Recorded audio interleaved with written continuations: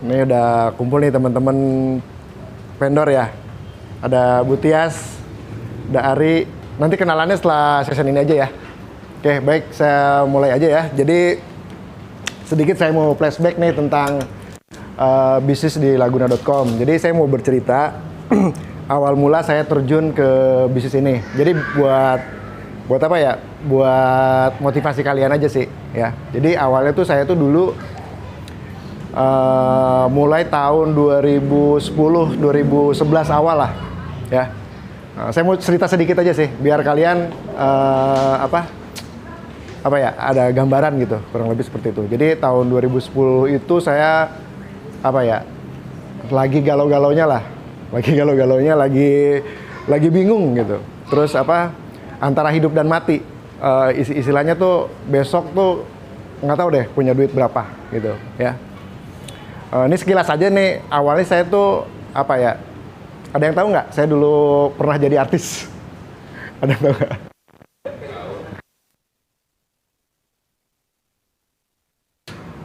David Halik, terus si Raffi Ahmad tuh waktu zaman-zamannya belum terkenal tuh. Nah, itu satu lighting lah sama saya lah. Cuman karena saya nggak fokus, karena saya orang kampung, di dunia artis itu ternyata kan saingannya berat, duitnya harus kencang. Nah, jadi saya berusaha gimana caranya beralih ke bisnis. Nah, awalnya tuh saya tuh jualan baju, terinspirasi jualan baju. Saya tuh jualan baju anak di pasar. Pernah jualan baju anak kan. Itu baju anak yang harganya 5 ribuan itu. Saya cari-cari ke Bandung, terus jualan di mana? Di Pasar Keranggan tuh. Tahu nggak Pasar Keranggan? Ya. Itu jalan 1 tahun, ya gitulah, kembang kempis, nggak jalan. Ya, itu liku-likunya. Jadi biar saya cerita ini biar kalian tuh ngerasain gitu loh. Awal mulanya bisnis itu nggak mudah gitu. Nah, nggak sengaja saya ketemu salah satu gudang. Mungkin kalian udah pada tahu gudang Pak Bambang. Udah pernah ya, Pak Bambang ya. Itu cikal bakalnya saya tuh main baju branded sisa ekspor. Itu benar-benar dari modal dengkul, nggak punya modal sama sekali gitu awalnya. Nah, terus karena saya basic gara-gara dagang di mana, di Keranggan itu, terus sepi, ya kan, bayar sewa, pembeli cuman ya paling sehari 2 potong aja udah syukur gitu. Nah, ketemu lah Pak Bambang, baju sisa ekspor. Nah, itu awalnya tuh bingung juga sih, cuman kan karena saya tahu kan dulu di dunia entertain tuh kan baju branded gitu kan. Ternyata ada barang sisa ekspor yang harganya murah gitu. Nah, itu awalnya dari situ. Ya, baju sisa ekspor dulu tuh zamannya masih tahun 2009 tuh nggak se booming kayak sekarang. Nah, terus iseng dulu saya tuh terus terang gaptek, nggak ngerti apa-apa. Facebook aja nggak ngerti, awalnya nggak ngerti. Cuma aja nggak ngerti. Cuman belajar di YouTube, iseng-iseng bikin blogger waktu itu. Baju sisa ekspor itu kan belum se-booming sekarang. Jadi kata kuncinya tuh gampang dicari waktu itu awalnya. Jadi saya iseng bikin blogernya juga aut-autan lah, acak-acakan. Di blog itu saya menceritakan tentang bahwa ini ada peluang usaha tentang baju branded sisa ekspor, awalnya itu gitu. Tanpa modal, terus saya iseng ngeblog sama bikin waktu itu kalau sekarang tuh OLX ya, OLX. Dulu dbd8.com dulu tuh. Saya ngiklan di sana, pasang iklan, iseng paket usaha. Ternyata banyak yang ngubungin kontak WA, tapi saya nggak punya barang. Nah, karena saya kenal namanya Pak Bambang, waktu itu Pak Bambang juga belum kenal baik kayak sekarang gitu. Jadi awalnya iseng saya motoin produk-produknya Pak Bambang, terus saya upload di OLX itu awalnya. Lumayan tuh responnya bagus. Akhirnya jalan. Nah, terus tadi, jadi awalnya dari situ ya. Biar kalian saya menceritakan itu biar kalian tuh ternyata bisnis itu nggak semudah itu awalnya. Nah, seiring waktu 4 tahun, 5 tahun lumayan berkembang. Sampai saya dan Itu waktu saya jadi, nah dulu konsepnya itu bukan jualan retail. Jadi saya itu ke apa? Konsepnya itu ke orang-orang yang mau jualan grosiran. Kebetulan kan Pak Bambang tuh pengepul waktu itu. Jadi jualnya saya grosiran. Nah, terus seiring berjalan saya bisa mencapai omset rata-rata waktu itu tanpa dari awal tanpa modal ya Hen ya. Bisa sampai 500 juta per bulan. Dulu waktu saya mulai di bisnis baju sisa ekspor. Nah, termasuk salah satu enggak belanja ke saya, ke Guna. Mulai dari lusinan, terus solusin, saya tahu lah dia belinya berapa gitu kan. Nah sekarang tahu nggak omsetnya berapa sih? Nah sekarang yang merajai baju sisa ekspor, kalau saya sih prediksi dia nggak kurang dari 2 miliar sebulan perputarannya. Nah itu saya tahu perjalanannya ya. Awalnya kan dari saya, mungkin setelah saya 5 tahun dia baru masuk. Ya, jadi nah kenapa saya bercerita seperti itu? Jadi Laguna.com ini bertransformasi. Jadi artinya gini, jadi Laguna ini pengen menduplikasi apa yang pernah saya lakukan dulu, gitu loh. Paham nggak? Jadi supplier. Nah, jadi posisinya Laguna itu udah nggak bukan supplier lagi. Gitu.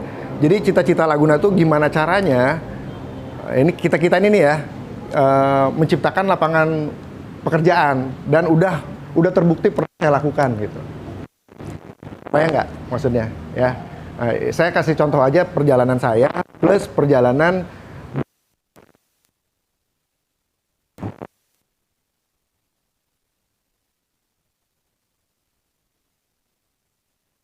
ceritakan dulu dari situ.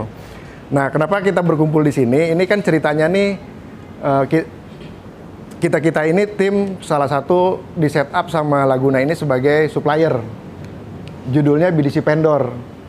Ya, saya ceritakan aja sedikit konsep bisnis Laguna nih ya, biar kalian ngerti nih. Jadi ini Laguna.com. Ini kita Laguna.com nih. Awalnya ya Laguna.com tuh awalnya seperti sebagai pedagang. Nah sekarang Laguna.com itu bertransformasi. Jadi kita Laguna.com ini jadi mempertemukan supplier ya dengan para, kita sebutnya apa ya, seller lah. Seller tuh orang-orang di luar sana yang ingin usaha baju branded sisa ekspor. Nah dipertemukan si supplier dengan si seller dengan si supplier ini. Nah Laguna.com itu mempertemukan, konsepnya seperti itu ya. Nah sekarang yang terjadi adalah supplier. Nah saat ini Laguna.com itu bekerja sama kurang lebih berapa Rio kita saat ini 7 kita sebutnya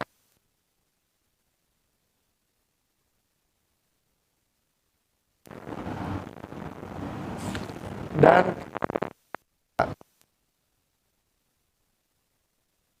ada kurang lebih 5.000 member. Nah, ya, jadi Laguna ini mengkonekkan supplier sama si member-member ini dan ini akan bertambah terus setiap harinya. Sehari rata-rata kita yang join itu member ini berapa kira-kira saat ini sehari? Rata-rata 10. Artinya berarti kalau kali 30 hari 300 member baru setiap hari. Ya. Nah, yang si vendor ini bentuknya itu kita sebutnya subvendor. Vendor itu supplier yang punya gudang. Ya. Contohnya salah satunya adalah Pak Bambang. Ini yang udah lama aja, nanti yang baru-baru mungkin kalian pasti akan tahu ya. Bu Sasa. Terus siapa lagi? Pak Ajis yang kita itu salah satunya. Nah, sekarang saya mau men-setup di antara 57 ini kita sebutnya BDC Vendor. Nah, ini hanya orang-orang tertentu di lingkungan kita aja. Nah, kalau vendor ini sifatnya sendiri punya supply langsung. Nah BDC vendor itu ya seperti saya dulu waktu awal. Dulu juga saya nggak pakai modal, nggak pakai barang. Saya hanya mengandalkan waktu awal tuh Pak Bambang doang. Itu pun saya bisa meraih omset antara 200 sampai 500 juta hanya ngandelin gudangnya Pak Bambang doang gitu. Waktu itu boleh tanya nanti ke Pak Bambang ceritanya dulu. Jualan tapi tanpa nyetok barang. Ngejual produk-produk di sana. Mungkin Mbak Tias pernah ngalamin nggak dulu ya zaman di... Nah, Bu Tias juga dulu pernah ikut kita sih dulu. Maksudnya ikut gabung. Ya. Nah, kebayang ya. Jadi kita berkumpul di sini, ini saya mau setup kalian ini sebagai BDC vendor. BDC vendor itu dibantu oleh Laguna gimana caranya tanpa harus punya produk, tapi omsetnya kita tidak kalah sama vendor-vendor yang punya barang. Ya, kurang lebih seperti itu ya, Mbak Tias.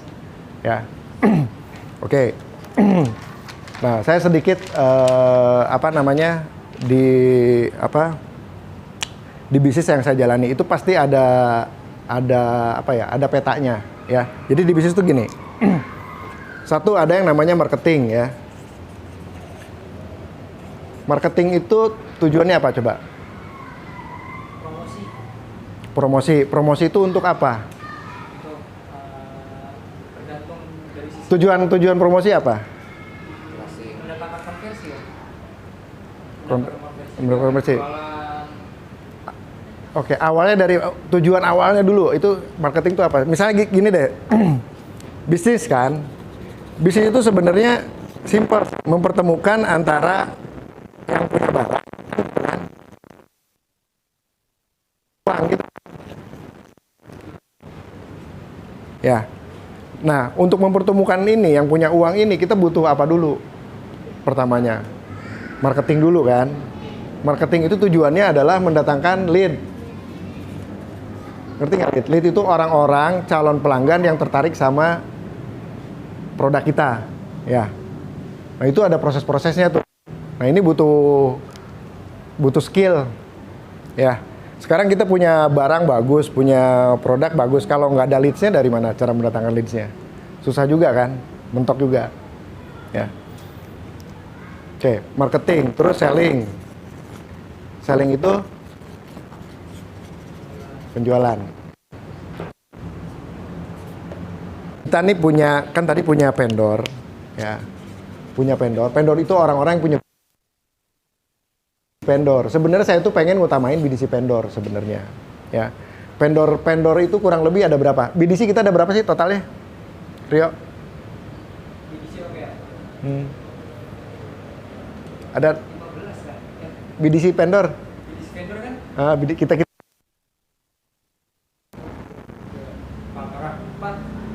lah, 5. 6 ya? 6, tapi ada kapal-kapal kan? Ya. Ada yang kapal-kapal, anggaplah 6.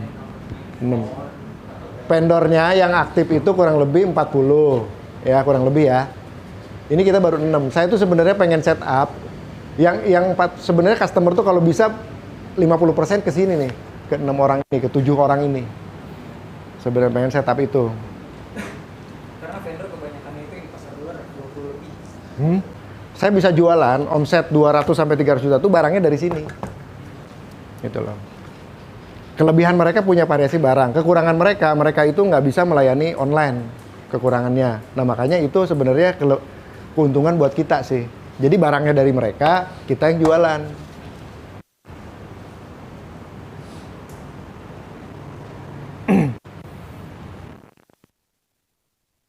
Mbak Tias kan udah beberapa hari ini di supply data ya. Mungkin ada nggak 5 sampai 6 orang yang masuk? Lebih? Ada? Banyak, pasti ada. Banyak, pasti ada. Banyak? Ada 20? Ada? Saya nggak ada. Ya udah nanti. Ada nggak? Mas, mana nggak ke lapak? Mas, mana nggak ke lapak? Nggak apa-apa saya loncat-loncat ya. Jadi kerja kita itu pakai sistem algoritma Laguna.com itu, main data ya. Jadi yang dinilai itu gini, sama kayak Gojek lah. Kalau dia misalnya satu yang harus dihindari sama BDC vendor, satu complaining customer itu meningkat ke rating karena kita main algoritma. Ngerti nggak algoritma? Jadi nanti dipilih mana yang pelayanannya paling bagus, mana yang ratingnya paling bagus, mana yang penjualannya paling bagus. Nah ke Batias, kendalanya so far apa pas data masuk? Kesulitannya apa? Pas data masuk karena kan baru join banget ya. Mm-mm.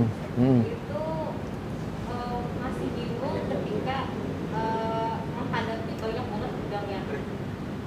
Menghadapi banyak gudang. Ya, Hmm. jadi begitu misalkan ada nih yang minta baju dewasa wanita, Hmm. tapi kan di satu supplier itu cuma ngasih beberapa model. Hmm. Berarti kita share kan. Nanti ada lagi dari sini kita share. Tapi kalau itu berhari-hari kan kita nanya mulu ke supplier yang di luar sana kan gak enak, makanya sering nanya kan sama siapa Bayu ya. Nanya yang di sini akhirnya kan. Kalau yang di sini kan udah pasti stoknya Ada, ngecek gampang gitu cek. kan. Kalau yang di luar sana nanya bolak-balik kan lama-lama gak enak. Jadinya ntar berapa hari sekali baru nanya lagi dan terus kayak tadi tuh mikir kalau misalkan ada satu customer dia ada bajunya itu di gudang A sama di gudang B, nah itu aku belum kliknya gimana caranya.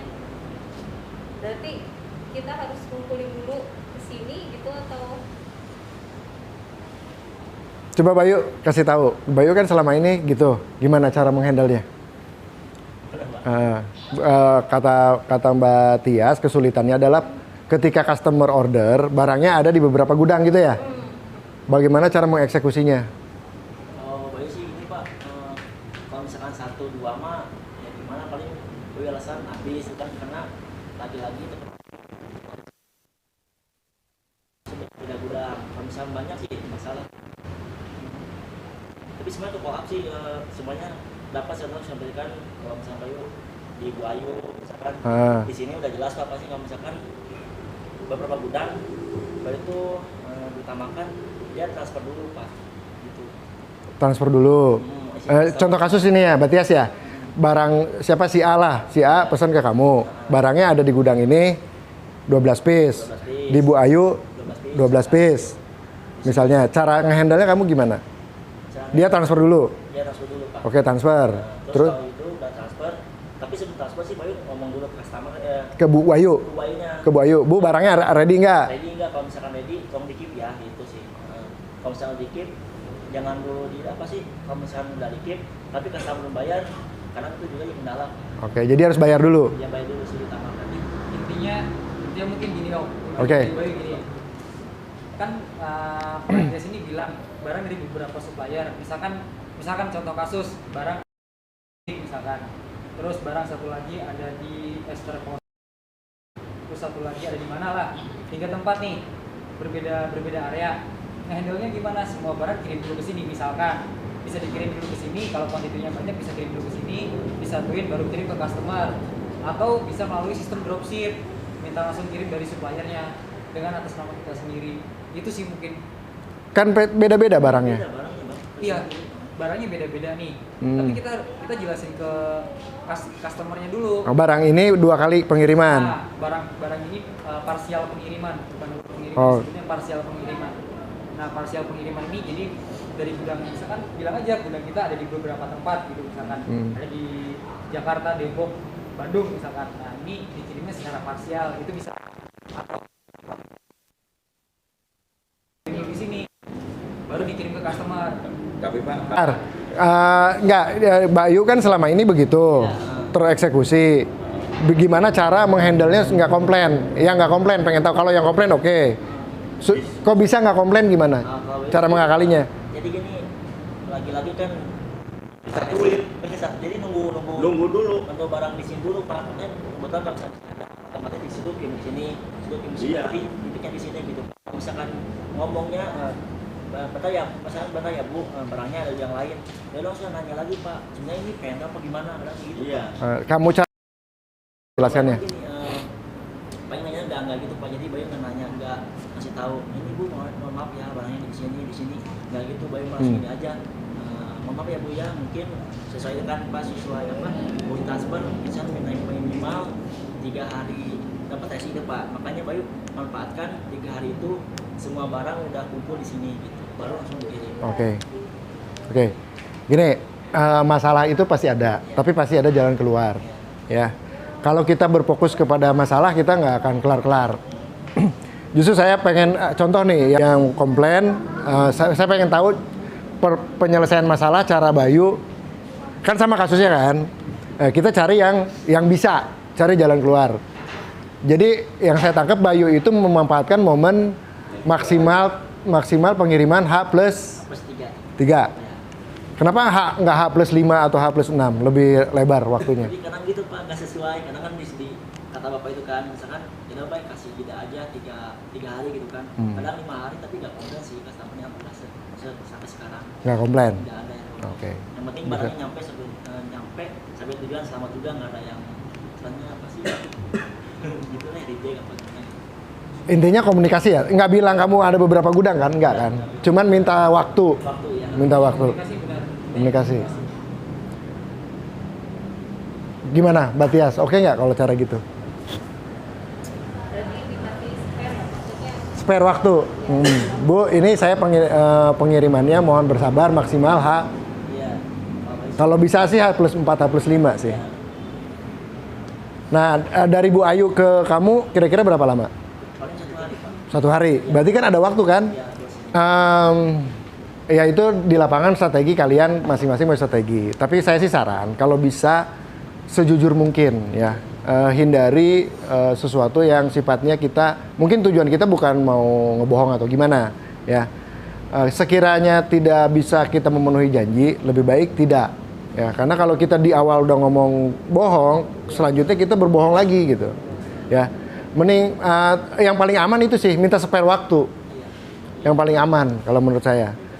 Minta spare waktu misalnya 5 hari, ya kan nggak berbohong kita, ya. Kalau bisa jangan berbohong deh, nanti malah nggak bagus. Begitu ketahuannya kita kelihatan kita cheatingnya, ya. Kita kan bisa. Yang penting tujuannya outputnya adalah gimana caranya kita delivery produk ke dia. Sebenarnya customer tuh nggak mau tahu, ini barang siapa sebenarnya nggak mau tahu. Gue penting barang nyampe sesuai orderan dia, harganya cocok menurut dia bisa. Sebenarnya itu sih sebenarnya. Nanti kelanjutannya kita terus terang ngomong, saya terus terang sebenarnya nggak ada barangnya dari si Anu misalnya. Ibu bisa direct ke sana di vendor ini, tapi di sana silakan aja, mungkin pelayanan beda. Kalau lewat saya mungkin itu tadi kenyamanannya lebih ke sana sih. Iya. Intinya kalau customer tuh ini sih komunikasi sih. Komunikasi. Ya, kalau komunikasi kita baik ke customer ya kita harus jadi dua sisi juga. Kalau kita di sisi pembeli gimana ke penjual, dan ketika kita jadi penjual kita harus tahu posisi customer itu sih sebenarnya. Oke. Jadi kita harus memiliki jiwa itu dua sisi antara kita jadi pembeli dan kita jadi penjual. Ya.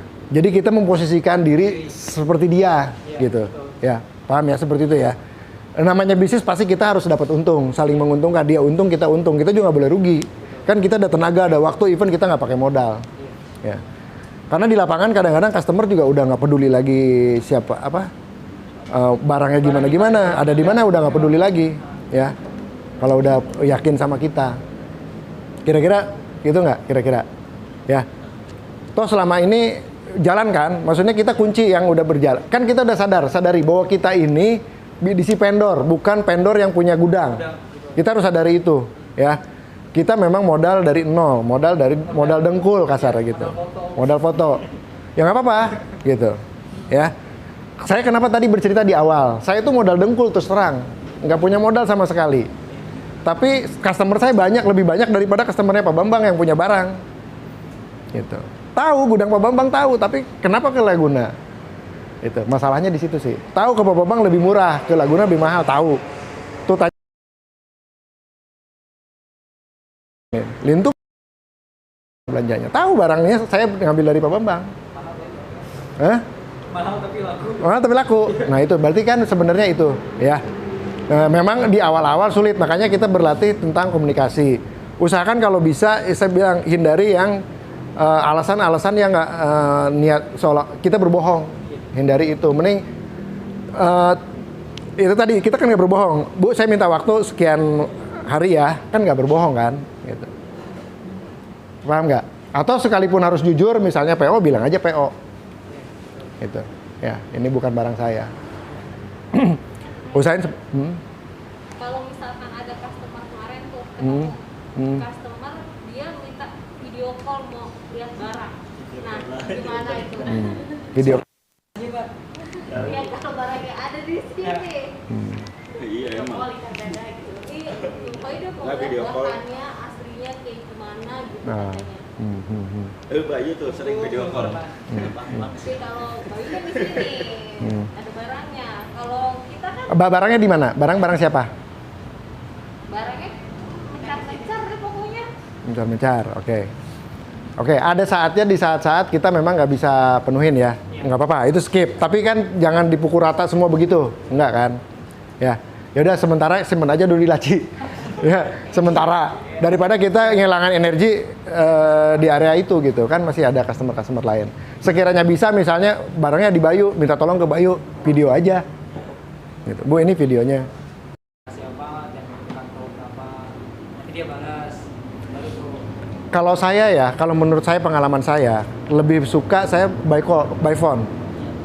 Sebenarnya. Kalau yang by phone ada juga, ada kebanyakan yang ngecat dulu baru by phone. Nah, chat, terus kita minta izin, Pak, kan diidentifikasi dulu nih, namanya siapa, di mana, kebutuhannya apa, usahanya udah berjalan, itu basic ya.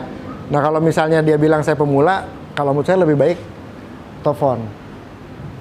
Kalau telepon tuh lebih gimana ya?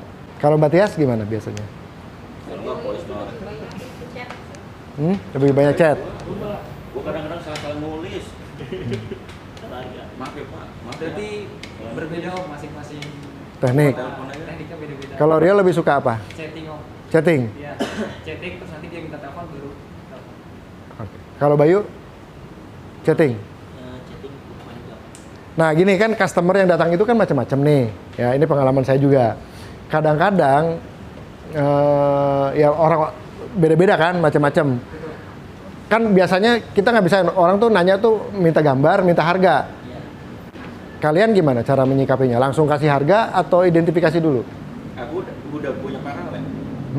Jadi kirim foto, merek barang, harga barang. Bisa jadi mental, Hen. Kamu waktu ngasih harga, misalnya barang A, C, kamu kasih langsung harga kan, misalnya 50.000, 70.000, 60.000 gitu. Siapapun yang nanya, gini harganya. Itu kan ada 50, misalkan 50 harga ecer. Oh, kamu kasih beberapa range harga. Oh, kasih beberapa harga. Iya. Kalau itu sih masih mending. Harga ecer, terus harga 2/12, harga partainya itu. Kalau Mbak Tias gimana selama ini ngasih harga? Langsung kasih harga? Biasanya masih nge-share gambar dulu. Baru kalau dia nanya harga berapa baru aku kasih harganya. Nah, biasa kalau ngasih harga gimana? Satu harga atau beberapa harga? Satu harga. Satu harga. Bisa jadi mental loh. Harga biasa ngambil margin berapa? Banyak. Harganya 5.000. 5.000. Dipukul rata. Mau yang beli satu, beli 100, 5.000. Enggak, aku minimal 12. Oh, dikasih ketentuan. Iya. Minimal 12. Di up 5.000. Iya. Yang 100 piece juga 5.000. Yang 100 piece turunin 1.000. Oke. Ini masukan aja ya.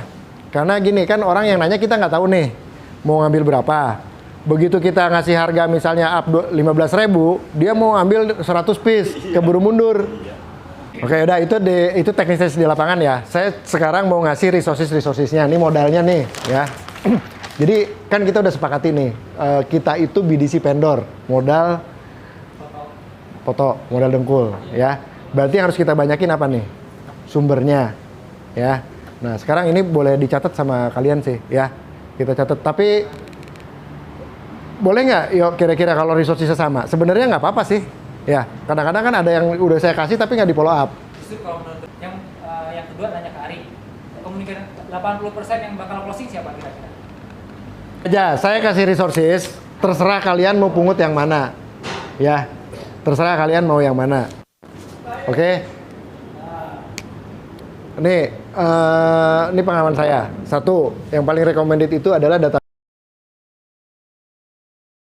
Ada sekitar 38. Nanti saya share di grup nomornya. Ya. Saya share di grup nomornya. Ini modalnya nih. 2. Pak Ajis.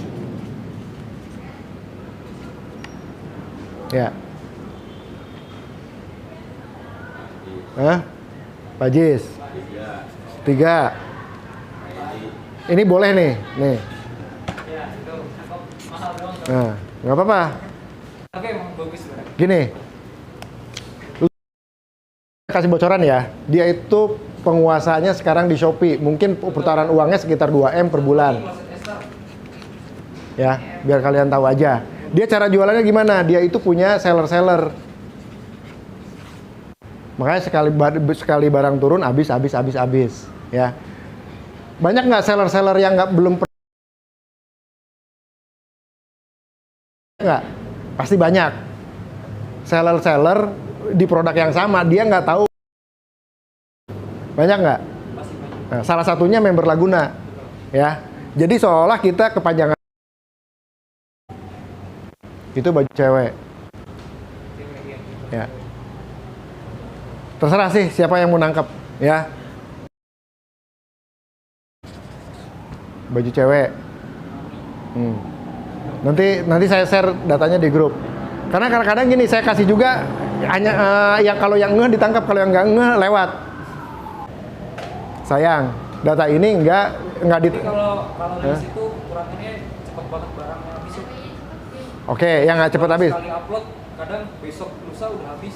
Banyak nggak yang dead stocknya? Saya tahu di gudangnya juga ribuan. Banyak dead stocknya. Kalau stok di Shopee itu dia kayak cuman dia ada 2 akun Shopee, Lins Beauty Sale sama Lins Beauty.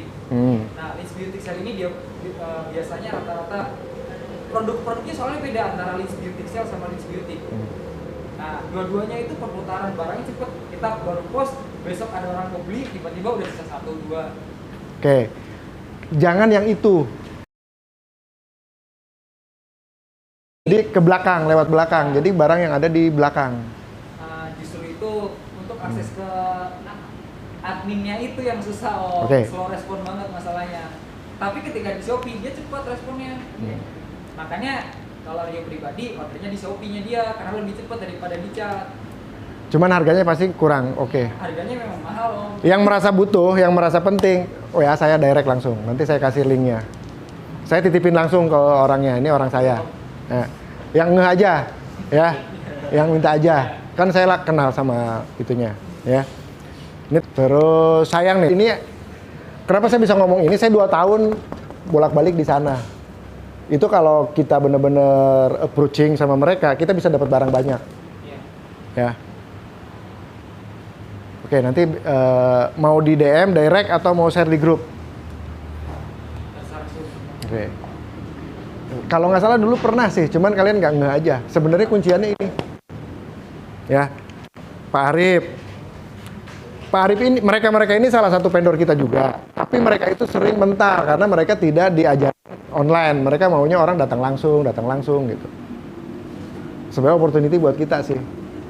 Ya, ini kita bicara resources produk ya. Terus baju anak, nih baju anak kita banyak permintaan kan, ya. Baju anak, ada yang punya resource sendiri nggak baju anak? Ada. Nah, gini, ini kan sekedar bisa cari sendiri caranya. Oh kan, kejual ke siapa waktu itu? Sasa om, Hah? kalau dia Hah? Kubu Sasa. Yang kemarin kamu 0 itu? Kalau saya sih kalau ke Busasnya nggak pernah nol. Yang 0 itu jual ke siapa? Ke Kiki ya? Kenapa 0? Ki, Yang kemarin 3 juta. kenapa 0? Kenapa nggak kasih? Kenapa 0? Kagak enak bos, saya mah. Gini loh, teman-teman bisnis tetap harus ada angka. Ya, even 500 perak, 1000 perak harus ada loh. Nggak boleh 0 di bisnis itu. Lain cerita, angkanya keluarin dulu, lain cerita dikasih lagi, itu lain cerita.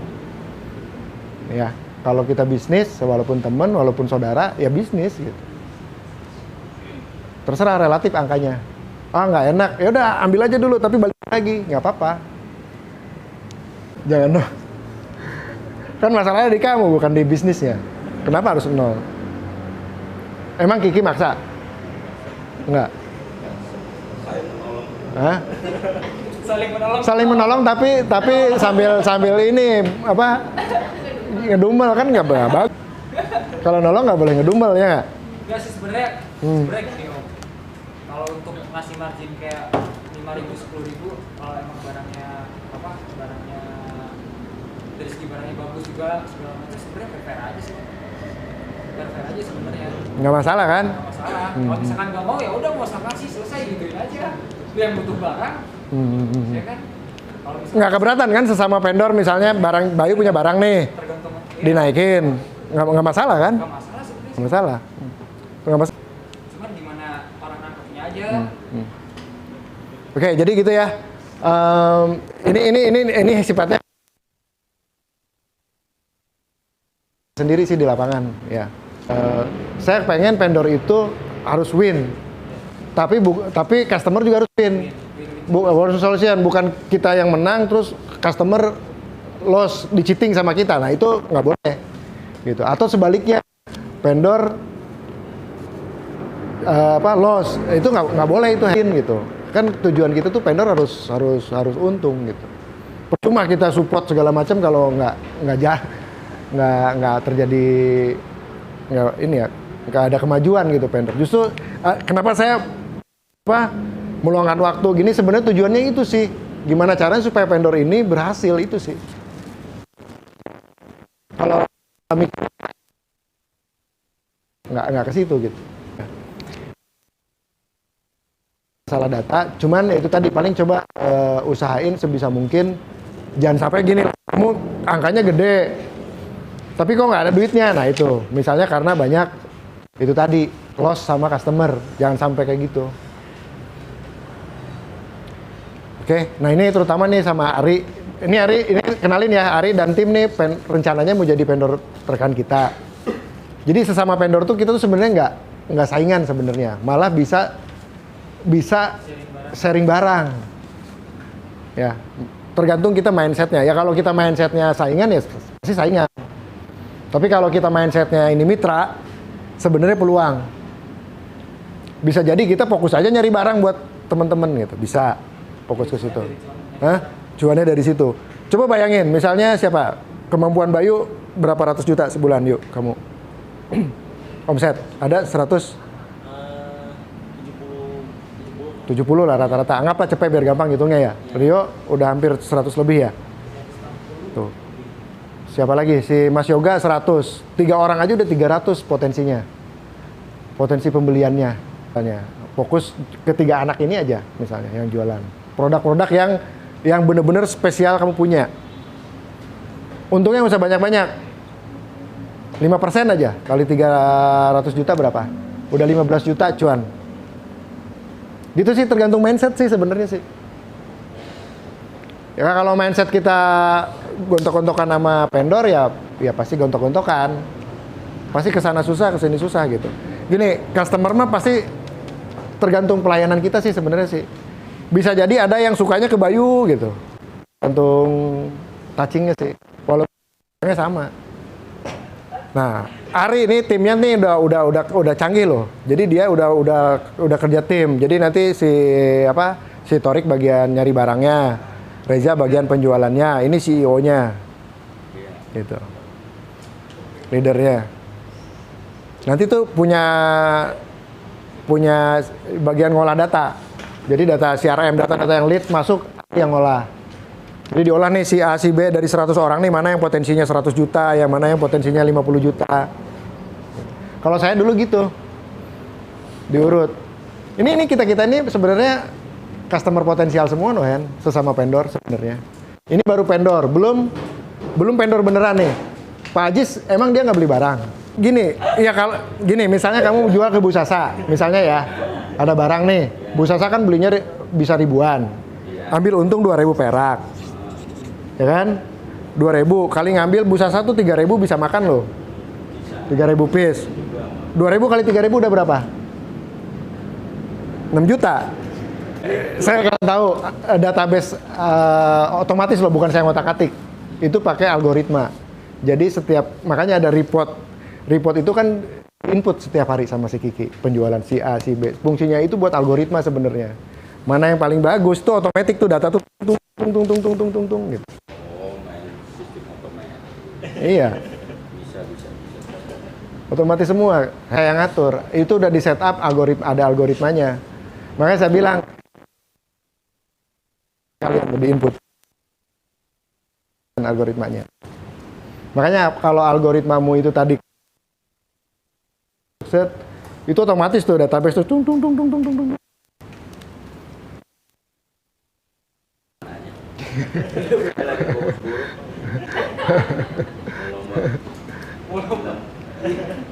Ya, mungkin dia butuh barang nggak? Saya tuh masukin, kalau ini saya mau seriusin lagi, makan loh barangnya. Cuman memang dia khusus barang yang tidak beredar, yang dia belum pernah dapat. Ya, makanya ini banyak banget peluang-peluangnya sebenarnya. Enggak, coba aja tembakin dulu pelurunya. Makanya saya bilang nih, kalau kita kerjasama, saya bilang mulai sekarang dirubah mindsetnya. Kenapa sekarang sengaja ditambahin, direkrut kayak Ari, Batias baru, supaya daya serap kita tuh lebih banyak. Supaya daya serap kita tuh banyak. Coba kumpulin, misalnya kamu punya barang nih, 100 piece. Ternyata kan walaupun database sama, bisa jadi beda-beda loh. Ari bisa ngambil 24, Bayu bisa ngambil 50, ini bisa sekian. Kan, paham nggak maksud saya? Ya mungkin awal-awal, mungkin tertolak, nggak apa-apa. Kan kita nggak ada risiko ini. Paham nggak? Ada barang, share aja gitu. Share, teng. Suatu saat pasti ada ngumpul. Saya dulu waktu jualan, jadi masih jualan, saya ada barang aja, cut. Nanti kan, saya kan punya data pembeli mana aja. Blues misalnya, ini blues. Share aja ke 10 orang itu, nyangkut. Baru ambil. Lama-lama bisa banyak pengambilannya, bisa 100, bisa 200. Betul nggak, Bu? Bu Mala dulu kita. Ya. Ini waktu kita jualan di depan ini, kita sistemnya gitu, Hen. Jadi barang nggak pernah nyetok banyak, tapi penjualan saya bisa banyak. Oke, udah agak malam. Ada lagi yang urgent nggak? Batias, apa kesulitannya sejauh ini? Saya sih pengen yang baru-baru ini mendengar testimoni bagus ya. Ini sebelum ditutup, Bayu tertinggi pendapatan berapa sebulan? Poinnya Pak. Poinnya? Poinnya lebih bulan kemarin 10 juta lebih. 10 juta? Ya. Kamu gabung udah berapa lama? Gabung baru 3 bulan. 3 bulan. Penghasilannya udah 10 juta. Nih buat gambaran yang baru-baru ya. Untuk kendalanya pasti kan ini kan ngomongin bagusnya lah. Bagusnya dapat keuntungan segitu. Biasanya kendalanya Ceritain Bayu, kendalanya apa? Barang udah di share, sudah ada yang beli, pas orang udah transfer misalnya gitu, ternyata barangnya nggak ada atau gimana gitu. Gimana yuk? Pernah terjadi gitu nggak? Jadi pernah, tapi bukan di sini sih Pak. Kalau misalnya di luar paling kan kita udah transfer, orangnya nggak ada gitu. Oke. Habis. Kenapa? Lagi-lagi kalau misalkan kita udah nge-keep, misalkan, ini keep ya, tapi si customer ya masih telat transfer, sekarang tuh suka Oke, dari customer yang telah transfer. Oke. habis gitu. Nah untuk mengatasi itunya gimana? Misalnya nih udah ditransfer terus barang nggak ada, otomatis takutnya Kalau udah ditransfer barang nggak ada, sering nggak terjadi? Kalau bulan lalu sih pas sering, tapi saya boleh ngatasnya gini, mohon maaf ya Bu, ini kan Ibu telah transfer, jadi barangnya udah dari semua orang. Kok gitu sih Pak? Padahal kan saya udah bilang gitu. Tapi mohon maaf ya Bu ya, tapi saya tuh di sini fokusnya udah mengutamakan yang udah transfer. Oke. Gitu sih. Jawabannya itu. Iya. Oke, dan selama ini works. Selama ini berjalan. Oke. Gimana Ri? Masuk akal nggak? Ini bukan saya ngomong ya, Bayu ya. Tapi Bayu ngomong. juga Pak, kalau misalkan gitu, terus ini gimana dong kalau misalkan saya udah transfer barangnya nggak ada? Gimana kalau misalkan saya taruh ini nih barang baru, tapi barang baru belum masuk, gimana saya dulu kalau misalkan dia cocok, kita nggak apa-apa ini aja gitu sih. Kadang suka tapi dia- pernah nggak ketika dia udah transfer terus dibalikin lagi uang? refund sih. Ya. Sering. Iya. Dan itu nggak bermasalah dengan dianya. Enggak. Dia sih uangnya segitu, misalnya refund segitu. Oke. Selama ini yang seperti itu, misalnya udah transfer terus barangnya nggak ada, kamu refund, orangnya kapok atau masih mau order lagi? Masih belanja sih. Masih order lagi? Masih tetap Oke. ya. Oke. Ini berarti ada yang works. Masalahnya seperti itu tapi berjalan kan? Bisa mengatasinya. Oke, apalagi Ri yang jadi keraguan kamu? Langsung aja ke yang melakukan tuh. Mungkin kalau dari saya segitu dulu kali. Ada nggak ada Karena pertanyaan? Saya belum Belum terjun. Mungkin kalau udah terjun, pasti saya bakal nanya-nanya ini gimana ya. Gitu. Ini contohnya yang udah jalan ya, yang udah jalan. Si Bayu nih, kamu umur berapa yuk? Baru lulus, 19 tahun. Kayak gini juga nih mas. Baru, Misalnya nih, kan ada barang kan di sini kan. Ini maksudnya biar nggak paham aja nih. Ketika kita datang mau foto gitu, takutnya mereka merasa terganggu dengan kedatangan tim saya gitu. Sebenarnya saya dapat respon positif itu dari Mas Bayu nih. Dia bilang, lu ngapain sih datang sini capek-capek foto, ntar gue kirimin aja gitu. Itu kan respon positif gitu. Kita kayak, oh ya udah berarti lu nerima tim gua nih gitu. Takutnya ada yang keberatan gitu atau gimana. Maksudnya kan kita sama-sama satu naungan nih. Jangan sampai main tikung menikung atau menusuk gitu. Karena kalau orang ibaratnya gitu, kita bahasa kasarnya nih, dia udah tusukan itu sampai kapanpun kita bakal gondok terus sama dia. Yang ada malah bukan kekeluargaan gitu. Bayu menawarkan itu ya? Iya. Oke ya, nah itu tim. Nah ini biar tahu ya, di gudang itu penanggung jawabnya itu Mas Rio sama Mbak Devi. Gimana? Oke nggak? Nggak ada masalah tuh, dengar sendiri. Nggak ada masalah ya. Cuman kunci memang yang bertanggung jawab adalah Mas Rio. Ya gitu ya Rio, nggak masalah nggak? Kalau timnya mau? Kemarin aja kita keluar tetap foto-foto kok. Oke. Berarti nggak ada masalah ya? Iya, Oke, enggak clear. maksudnya kan biar ada bahasanya aja, takutnya ntar kita masuk tuh, ini orang masuk aja nih gitu kan. Nggak, Yang nggak. penting karena memang gudang sekarang itu kan kita udah jadi pengalaman masalahnya. Jadi pengalaman gudang ini kenapa nggak semua orang nggak boleh masuk? Iya. Itu karena ada Iya, ada ada. sebab dan penyebab sebenarnya. Iya, Makanya kalau itu kan tahu makanya. kalau Katanya, nggak ada kalau nggak ada karena gue pribadi itu penanggung jawabnya Kiki. nah Batias berlaku Batias juga ya, Batias kalau mau ini. Bayu malah nanti yang ngebantu teman-teman nge-publish produk yang ada di sini melalui grup. Cuman kan Ari mungkin pengen punya style sendiri, foto sendiri ya silahkan. nah mungkin awal-awal kayak gitu, tapi mungkin bisa juga kita kalau udah ada yang cepet Lewat Bayu. kenapa harus yang lama kan gitu. Gitu aja sih. Oke, clear ya. Ada lagi nggak pertanyaan itunya yang jadi permasalahan? Ri? Mungkin itu dulu sih kalau saya. Jadi intinya gini ya, ada vendor banyak itu jangan dilihat sebagai persaingan. Persaingan boleh, nggak apa-apa. Bisnis itu harus ada saingan, harus ada. Kalau nggak ada saingan kita di zona nyaman, paham nggak? Ya. Tapi saingannya partner, paham nggak? Saingan tapi partner. Ambil sisi positifnya. Kan kita bisa berbagi ini, berbagi barang, sharing barang. Ya. Mbak Tias apa yang jadi kendala? Nah, itu barang. Jawaban Bayu memuaskan nggak? Bisa nggak diaplikasikan seperti itu ya? Kurang lebih seperti itu ya. Nah, ini challenge buat kalian semua. Saya menawarkan, sebenarnya saya membuka kuota di atas ini ada sekitar 4 sampai 5 titik gudang. Saya pengen ada orang yang mau menawarkan diri ke saya, siap jadi salah satu vendor. Saya Mas. Tapi ada syaratnya. Satu, harus manajemen pencatatannya rapi. Siap bertanggung jawab. Nggak harus sekarang sih. Ya. Jadi yang tadinya BDC vendor bisa jadi BDC beneran. Nanti barangnya kita supply sama Laguna. Cuman itu ada syaratnya. Di screening dulu. Ya, karena apa? Ya itu tadi kalau udah bicara vendor ini berarti kalian tanggung jawab senilai barang itu gitu. Ini terakhir aja sih.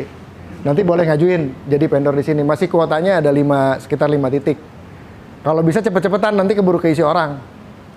Yang penting siap, bukan dari segi lu siap ngomong siap, semua orang pasti bisa Siap. ngomong siap.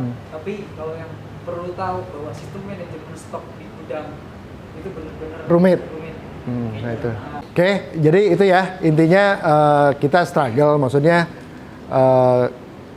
nggak akan berjalan manis sih. Tapi saya cerita nggak semuanya pahit, ada di titik manis. Bayu yang umur 19 tahun aja baru lulus fresh graduate, selama 3 bulan dia fokus bisa menghasilkan angka segitu. Tentunya belum sempurna, yuk ya. Apalagi kalau kamu fokus, bayangin baru 3 bulan loh. Bayangin kalau saya ngejalanin ini 10 tahun lebih. Konsistensi aja sih sebenarnya. Setia sama apa yang kita putuskan. Kita udah putuskan ini bisnis kita, ini hidup mati kita di sini. Setia aja. Bayangkan, baru 3 bulan itu udah bagus. Tapi jangan lihat bagusnya. Iya. Ya. Jangan lihat bagus ya, pasti kamu pun banyak tantangannya dapat kan. Tapi nikmati hasil yang sekarang udah terjadi, tinggal ditingkatin. Ya, Bayu. Nah, berarti yang lain-lain juga pasti bisa sih. Nah, saya sih berharap Mas Ari, Mbak Tias yang baru ini termotivasi sih. Jadi kita bareng-bareng lah. Jadi Laguna ini sebenarnya apa ya? Ya tujuan utamanya itu sih sebenarnya sih. Mengangkat semua ini bareng-bareng kita dari nol. Saya juga nggak ngajak begitu aja. Saya juga pernah ngalamin 10 tahun saya ngalaminnya, bukan waktu yang sebentar gitu. 10 tahun ngejalanin ini. Nah, sekarang diduplikasi sama kalian. Nah, Laguna sebagai payungnya itu aja sih. Saya juga pernah melakukan hal yang sama kayak Bayu. Mungkin lebih parah dari Bayu. Gitu. Lebih parah dari Bayu. Saya dulu bener-bener dari nol, istilahnya nyangin semak-semak. Kalian kan udah tinggal nanem gitu. Kalau saya nyangin dulu. Nah, ini udah tinggal nanem, udah tinggal menikmati hasilnya. Udah saya duplikasi. Ya udah mungkin nggak bisa satu session sih, harus berulang-ulang sih. Pengalaman yang 10 tahun ini saya mau tumpahin semuanya gitu. Nih dulu gue gini nih gitu. Dan itu works, ada hasilnya, nggak bohong, beneran. Ada hasilnya. Angka 10 juta mungkin hanya sekian persennya aja sebenarnya. Bisa, saya dulu bisa 500 sampai 1 M sebulan omsetnya. Dulu. Itu kerja sendiri. Ya. Ya, terus pertanyaannya kenapa ditinggal Mas Dep? Ya kan saya ke next level, beda lagi. Gitu. Ya bisa aja kalau mau tetap di situ, nggak usah begini-begini. Bayang ya. Oke, udah malam. Ada yang mau ditanyakan nggak terakhir? Mumpung Mbak Tias masih ada nggak? Udah malam ya. Oke, sepakat nggak kita kalau kira-kira kita jadi ritual nih setiap hari Rabu? Setuju nggak? Saya sih mau melok waktu setiap Rabu jam 8 saat ini ya, selama bulan puasa. Boleh, silakan kita sharing. Kalau hari biasa Pak? Hari biasanya hari apa? 8 pagi lah. Oh, hari biasa jangan jam 8 pagi. Iya. Ya boleh. Sementara di bulan puasa kita schedule-nya di malam. Ya. Mungkin Saya mau luangkin waktu untuk kalau jam 8 mungkin ya kita agak telat sih Mas, karena kan sholat tarawih aja selesainya kan jam 8. Kalau usah terawih yang wajib-wajib kagak. kan saya tadi mulainya jam berapa? Mulainya tadi jam berapa? Jam 9 kan? Ya, jadi di plotnya jam 8. Iya. Kalau di plotnya jam 9 pasti mulainya jam 10. 10 pasti ngaret. Tidak sekolah jam 7. Jam 8. Kagak usah terawih.